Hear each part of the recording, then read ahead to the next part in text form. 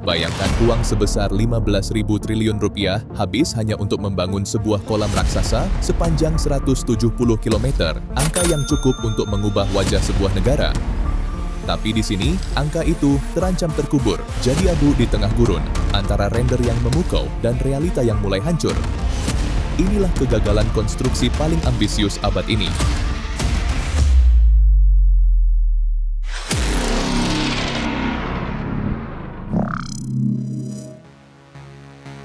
Selamat datang di The Line, megacity sepanjang 170 km, tanpa mobil, tanpa emisi, dan dibalut cermin raksasa. Ini adalah ambisi Pangeran Mohammed bin Salman untuk membawa Arab Saudi ke masa depan. Tapi, apakah ini benar-benar kota masa depan atau hanya delusi yang terlalu mahal? Di balik desain futuristik ini ada nama Tom Main, arsitek visioner yang mencoba menabrak semua hukum logika. Masalahnya, desain The Line dibuat berdasarkan estetika 3 dimensi yang cantik di layar komputer, tapi hampir mustahil secara logika konstruksi. Kita bicara soal struktur masif yang menahan beban angin dan panas gurun ekstrem secara linear.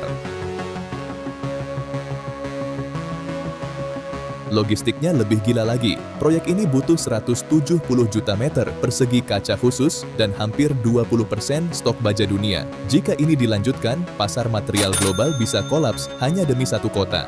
Secara teknis, ini bukan membangun kota, tapi sedang mencoba menciptakan anomali geofisika.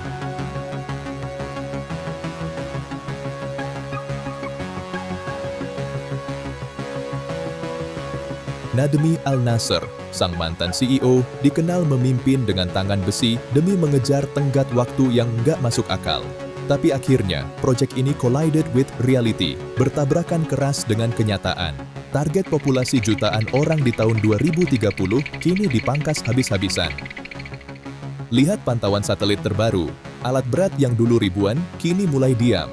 Ribuan pekerja dipulangkan, dan firma arsitek besar satu persatu mulai menarik diri.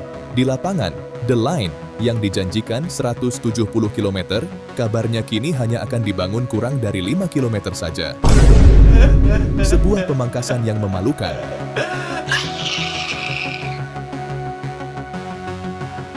Pertanyaannya, kemana uangnya? Semua ini didanai oleh PIF atau Public Investment Fund. Tapi kenyataannya, sekaya apapun Arab Saudi, mereka nggak bisa menanggung beban triliunan dolar sendirian. Investor asing yang diharapkan datang ternyata masih ragu melihat kelayakan proyek ini.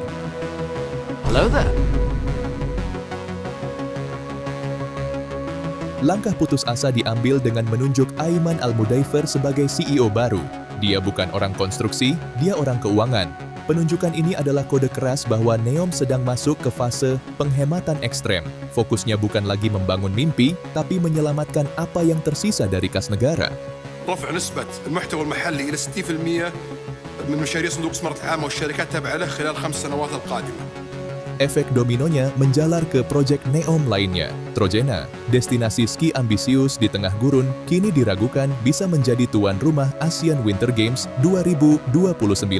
NEOM sedang sesak napas, mencoba mengerjakan terlalu banyak hal mustahil dalam satu waktu. Jadi, apa kesimpulannya? Apakah The Line akan tetap berdiri sebagai monumen keberanian manusia atau justru akan diingat sebagai monumen ego terbesar yang pernah gagal? Sejarah konstruksi selalu mencatat, mimpi yang besar butuh pondasi realita yang kuat. Terima kasih sudah menonton. Jangan lupa subscribe Insight Builder untuk update mega project dunia lainnya. Menurut kalian, kalau uang 15.000 triliun ini ada di Indonesia, mending dipakai buat bangun apa? Tulis pendapat kalian di kolom komentar.